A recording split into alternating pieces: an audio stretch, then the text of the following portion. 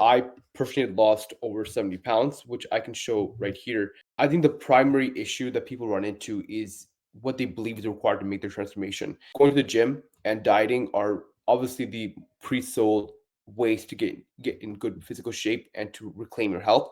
However, the main thing I would like to ask you and challenge people is challenge the requirements to make your own physical transformation.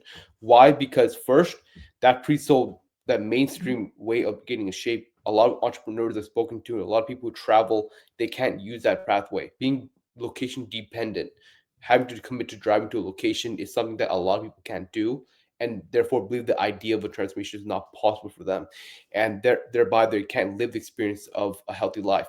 So first, I would say challenge the requirements because there's other ways to make this happen. That being said, if you look at the primary driver behind a fitness transformation, losing weight, it's not about the time you spend in the gym. It's about how effective you are at creating a negative energy balance, which is when you're burning more calories than you're consuming on a daily basis.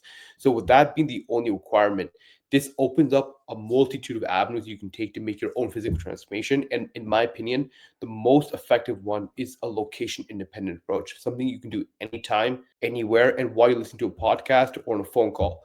Because if you have this as an approach, there's essentially zero barriers to make your own physical transformation and zero barriers to actually reclaiming your health, being able to move the way you want to move, look the way you want, etc.